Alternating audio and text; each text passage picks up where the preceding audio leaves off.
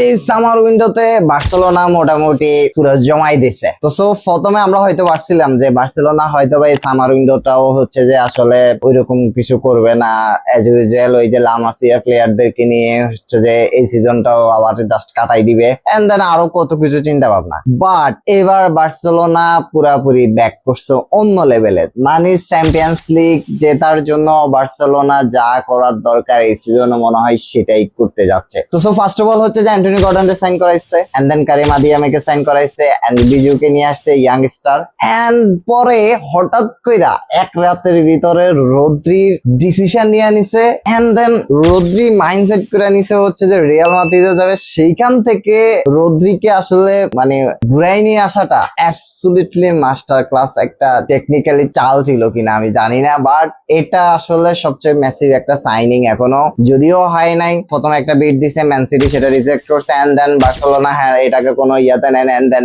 আবার ভালো একটা বিট দেওয়ার জন্য প্রস্তুতি নিচ্ছে। তো ওভারঅল সবকিছু মিলাই এতটুকু বলা যাচ্ছে যে রদ্রি বার্সেলোনাতে আসতেছে। আর সবচেয়ে বড় অবাক করার বিষয় ছিল সেটা হচ্ছে আরাহোর যে বিষয়টা। আরাহো হচ্ছে যে লোনে লিভারপুলে যাচ্ছে, যেখানে টার স্টেগেনকে হচ্ছে যে লোনে ছাড়িয়ে দেওয়া হচ্ছে যে, এবং এরপরে হচ্ছে আরাহোকে হচ্ছে যে ছাড়িয়ে দেওয়া হচ্ছে যে লোনে হচ্ছে লিভারপুলে, যেটা পুরো স্যালারিটা হচ্ছে লিভারপুল বহন করবে। এবং মানে অর্থাৎ হচ্ছে যে সিজন শেষে আরাহো যদি ভালো পারফরমেন্স করে এবং তারা আরাহোকে রেখে দিতে পারবে 55 মিলিয়ন স্যালারিতে। তো সো ওভারঅল সবকিছু মিলে আরাহোরে আসলে ছেড়ে দেওয়াটা মানে অর্থাৎ লোনে পাঠানোটা ডেকোর সবচেয়ে মাস্টার ক্লাস একটা চাল। এটা কেন বলতেছে, আরাহো হচ্ছে যে হ্যান্সি ফ্লিকের যে সিস্টেম, এই সিস্টেমে আসলে আরাহো ম্যাচ করে নাই। গত কয়েক সিজন ইনজুরির পরে হচ্ছে যে আরাহো হচ্ছে যে ভালো পারফরমেন্স দিতে পারতেছে না, এন্ড বিগ ম্যাচে ফ্লপ খাইতেছে। ওভারঅল সবকিছু মিলে বার্সেলোনার এই সিস্টেমের সাথে আরাহো কোনোভাবেই যাচ্ছে না। তো আরাহোকে লোনে পাঠাই দিচ্ছে।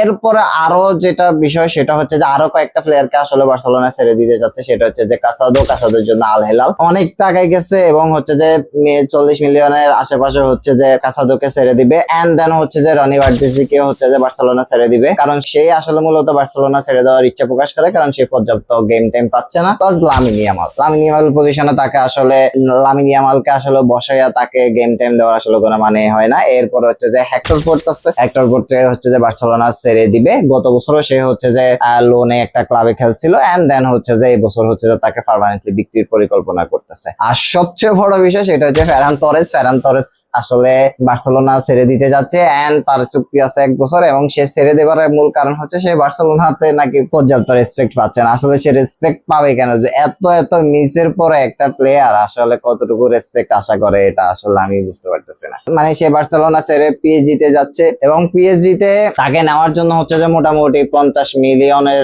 আশেপাশে হচ্ছে যে একটা নেগোসিয়েশন চলতেছে, এন্ড দেন সে যদি পিএসজি তে একটা লং টার্ম কন্ট্রাক্টে চলে যাইতেছে। তো সো দেখো এত বছর যত গালি খাইছে, যত কিছু করছে, তারপরে যে এই সিজনটা আসলে হ্যান্সি ফ্লিক একটা কথা বলছিল যে কয়েকদিন আগে যে আমরা ডেকোর উপরে খুব আস্থা আছে যে ডেকো কিছু একটা করবে, এন্ড দেন সেটা করতেছে।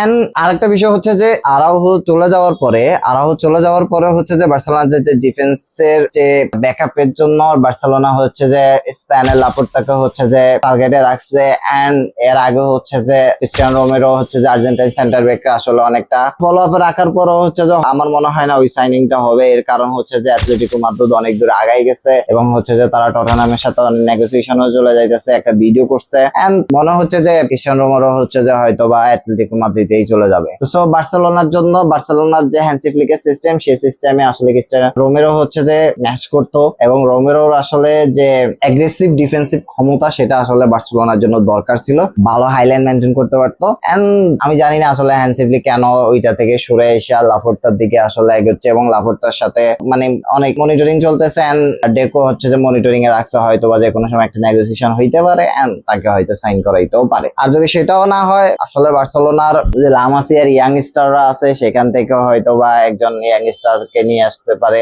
বেশ কিছু পটেনশিয়াল আসলে লা মাসিয়ান স্টার আছে যারা হচ্ছে যে প্রি সিজনও হচ্ছে যে খেলতেছে। তো সো ওদের থেকে যদি 2-1 ফিক করে, এটা আসলে আমারই খারাপ হবে না। যদিও কারণ হচ্ছে যে ব্যাকআপটা হচ্ছে যে রোদ্রি আসার কারণে হচ্ছে যে ওই ব্যাকআপটা নিয়ে আসলে এখন আর টেনশন করা লাগতেছে না। কুবার্সি মেইন সেন্টার ব্যাক, এর সাথে হচ্ছে যে যদি হচ্ছে যে জেরার্ড মার্টিন থাকে, এদিকে হচ্ছে বালদে, ক্যান্সেলো, এইদিকে হচ্ছে কুন্দে আছে, এবং হচ্ছে যে জাভি স্পাট আছে। আর যদি আপনি আরো চিন্তা করেন তাহলে হচ্ছে যে এরিক গার্সিয়া আছে, ক্রিস্টেনসেন আছে। তো সো এই ইয়া নিয়ে আসলে বলার মতো নাই যে ডিফেন্স লাইন আমরে খারাপ করবে, বিষয়টা এমন না। তবে একটা সেন্টার ব্যাক আমাদের দরকার, ভালো একটা সেন্টার ব্যাক দরকার। যদি চ্যাম্পিয়ন্স লিগ জিততে হয়, ভালো সেন্টার ব্যাকের বিকল্প কিছু নাই। তো সো বার্সেলোনা এইবার ট্রান্সফার উইন্ডোটা আসলে মূলত সাজানোর মূল কারণ হচ্ছে যে তারা এই যে চ্যাম্পিয়ন্স লিগ জেতার জন্য যে তাদের এই ইয়াংস্টাররা আসলে যেভাবে উঠে করে লাগছে, এটার জন্য হচ্ছে যে একটা চ্যাম্পিয়ন্স লিগ মানে দরকারি। মানে বার্সেলোনা আসলে চ্যাম্পিয়ন্স লিগ পাচ্ছে না, টানা লা লিগা জিততেছে। তো সো ওভারঅল সবকিছু মিলাইয়া এই দল গোছানো, এই সামার উইন্ডোটা আসলে দল গোছানোটা আসলে ইম্পর্টেন্ট হয়ে দাঁড়াইছে। তো সো হুলিয়ান আলভারেজের সাইনিংটা আসলে হবে কিনা আমার মনে হয় না যে এই সাইনিংটা হবে, কারণ অ্যাথলেটিকো মাদ্রিদ হুলিয়ান আলভারেজকে আসলে ছাড়বে বলে মনে হচ্ছে না। হুলিয়ান আলভারেজ যতই প্রেসার ক্রিয়েট করুক, মনে হয় না যে অ্যাথলেটিকো মাদ্রিদ আসলে হুলিয়ান আলভারেজকে ছাড়তেছে।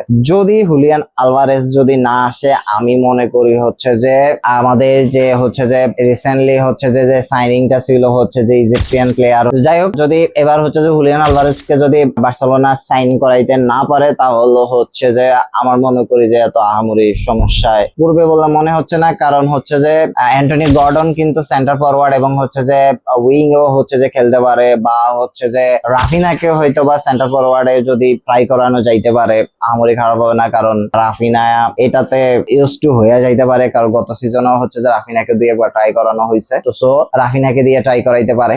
আর সবচেয়ে বড় বিষয় হচ্ছে যে আমাদের মোটামুটি মিডফিল্ড সেটআপটা আসলে খুব কঠিন একটা মিডফিল্ড সেটআপ হয়ে গেছে, যেখানে হচ্ছে যে রোদ্রি, ফেদ্রি, গাভি এবং হচ্ছে যে mark বার্নাল, Fermin, Olmo, Frenkie D young injury থেকে ফিরে আসলে ফ্র্যাঙ্কি ডি ইয়ংও চলে আসতেছে। সো ওভারঅল সবকিছু মিলাইয়া শুধু দুইটা সাইনিং বার্সেলোনার দরকার, সেটা হচ্ছে একটা সিবি দরকার এবং হচ্ছে একটা স্ট্রাইকার দরকার। তো সো এই দুইটা সাইনিং যদি এই সিজনে হয়ে যায়, যদি তার বার্সেলোনার টার্গেট মোতাবেক হচ্ছে যে সাইনিংটা হয়, তাহলে এই সিজনে বার্সেলোনার অলমোস্ট দল গোছানোটা হয়ে যাবে। এন্ড দেন শুধু এক্সিকিউট করার পালা, ম্যাচে ফলাফল বের করে নেওয়ার জন্য তো হ্যান্সি ফ্লিক আছেই। তো সবকিছু মিলাই আমরা আসলে একটু আশায় থাকতেই পারি। তো সো ওভারঅল সবকিছু মিলাই নেক্সট দেখি, এখনো হচ্ছে যে আরো 20 দিন বাকি আছে এই ট্রান্সফার উইন্ডোর। তো সো ওভারঅল দেখা যাবে যে আসলে শেষ কতটুকু পর্যন্ত গিয়ে দাঁড়ায়। তো আপনার মতামত কি? নেক্সট কাকে সাইনিং করালে ভালো হয় বার্সেলোনার জন্য? কমেন্ট করে জানাবেন।